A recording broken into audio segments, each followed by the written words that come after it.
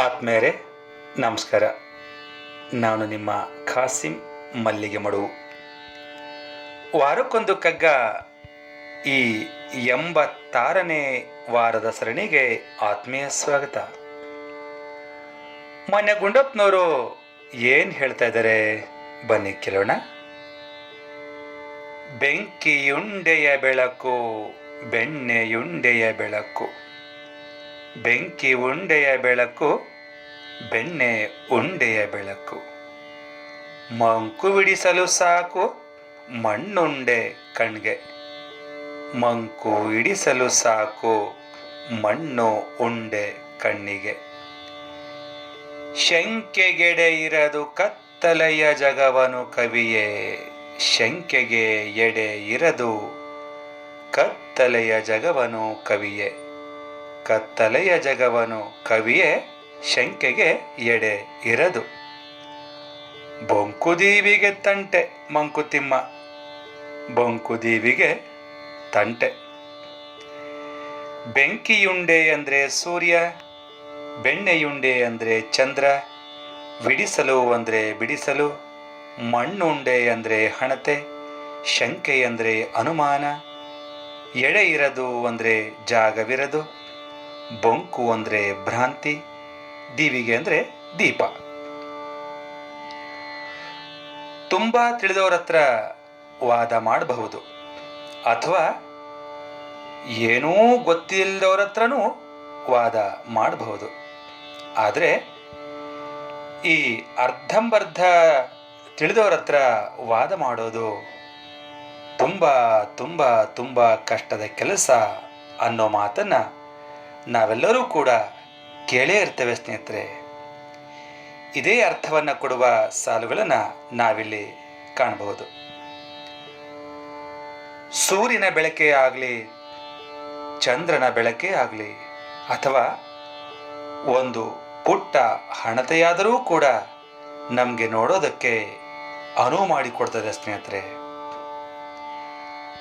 ಆದರೆ ಈ ಜಗತ್ತನ್ನು ಸಂಪೂರ್ಣವಾಗಿ ಕಗ್ಗತ್ತಲು ಆವರಿಸಿಕೊಂಡ್ಬಿಟ್ರೆ ಯಾವುದೇ ಅನುಮಾನಕ್ಕೂ ಆಸ್ಪದ ಇರೋದಿಲ್ಲ.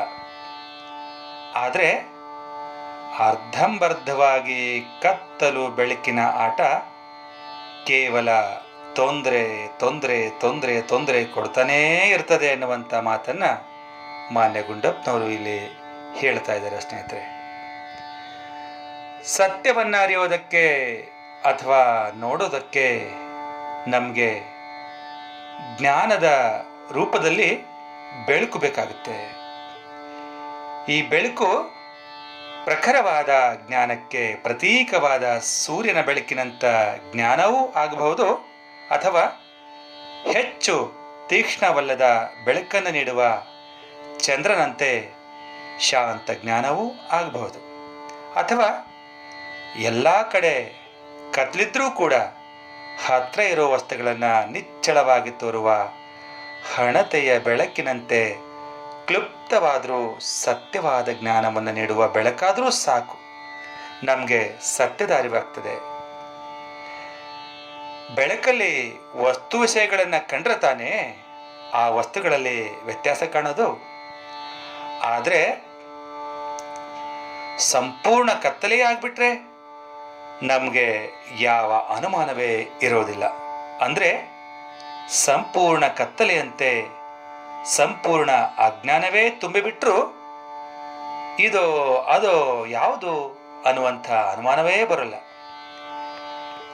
ಅಜ್ಞಾನಿಗಳಾಗಿಯೂ ಶಂಕೆ ಇಲ್ಲದೆ ಇರೋದಿದೆಯಲ್ಲ, ಅದು ವಿಷಯಗಳನ್ನು ತಪ್ಪು ತಪ್ಪಾಗಿ ತಿಳಿದುಕೊಂಡು ತಾವೂ ಕೆಟ್ಟು ಲೋಕವನ್ನೂ ಕೆಡಿಸುವ ತಂಟೆ ಮಾಡೋದಕ್ಕಿಂತಲೂ ಇದು ಅದೆಷ್ಟೋ ವಾಸಿ ಸ್ನೇಹಿತರೆ. ಆದರೆ ಪ್ರಖರವಾಗಿಯೋ ಶಾಂತವಾಗಿಯೋ ಅಲ್ಪನಾಗಿಯೋ ತಿಳಿದುಕೊಳ್ಳುವುದನ್ನು ಸರಿಯಾಗಿ ಅಥವಾ ಸತ್ಯವಾದುದನ್ನೇ ತಿಳಿದುಕೊಂಡ್ರೆ ಬಹಳ ಬಹಳ ಚೆನ್ನ ಸ್ನೇಹಿತರೆ. ಇಂತಹ ಸತ್ಯವಾದ ಜ್ಞಾನವನ್ನು ತಿಳಿದುಕೊಳ್ಳುವ ನಿಟ್ಟಿನಲ್ಲಿ ನಮ್ಮ ನಿಮ್ಮೆಲ್ಲರ ಪ್ರಯತ್ನ ಸಾಗಲಿ ಅಂಥೇಳಿ ಮಾನ್ಯ ಗುಂಡಪ್ಪನವರು ಈ ಕಗ್ಗದಲ್ಲಿ ತಮ್ಮ ಆಶಯವನ್ನು ಅದೇ ರೀತಿಯಾಗಿ ಆದೇಶವನ್ನು ನೀಡ್ತಾ ಇದ್ದಾರೆ ಅಂತ ಹೇಳ್ತಾ ಈಗ ಕೇಳೋಣ ನನ್ನ ರಾಗ ಸಂಯೋಜನೆಯ ಈ ಕಗ್ಗವನ್ನು.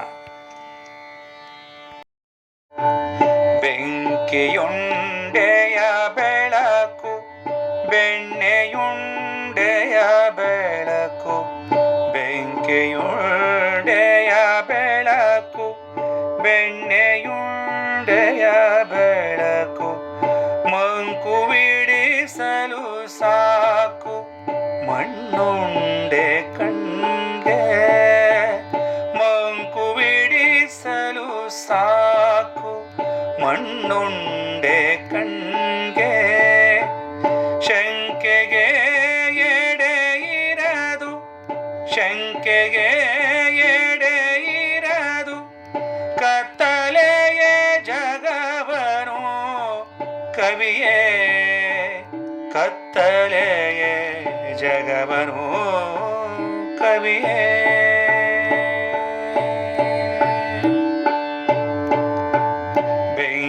ಬೆಂಕಿಯುಂಡೆಯ ಬೆಳಕು ಬೆಣ್ಣೆಯುಂಡೆಯ ಬೆಳಕು, ಬೆಂಕಿಯುಂಡೆಯ ಬೆಳಕು ಬೆಣ್ಣೆಯುಂಡೆಯ ಬೆಳಕು, ಮಂಕುವಿಡಿಸಲು ಸಾಕು ಮಣ್ಣುಂಡೆ ಕಣ್ಗೆ, ಮಂಕುವಿಡಿಸಲು ಸಾಕು ಮಣ್ಣುಂಡೆ ಕಣ್ಗೆ, ಶಂಕೆಗೆ ಎಡೆ ಇರದು ಕತ್ತಲೆಯ ಜಗವನು ಕವಿಯೇ, ಶಂಕೆಗೆ ಎಡೆ ಇರದು ಕತ್ತಲೆಯ ಜಗವನು ಕವಿಯೇ.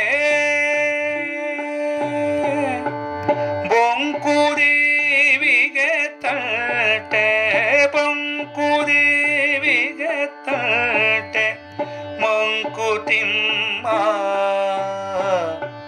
ಮಂಕುತಿಮ್ಮ ಮಂಕುತಿಮ್ಮ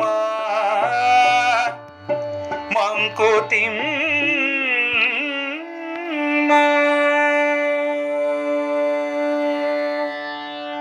ಧನ್ಯವಾದಗಳು. ನಮಸ್ಕಾರ.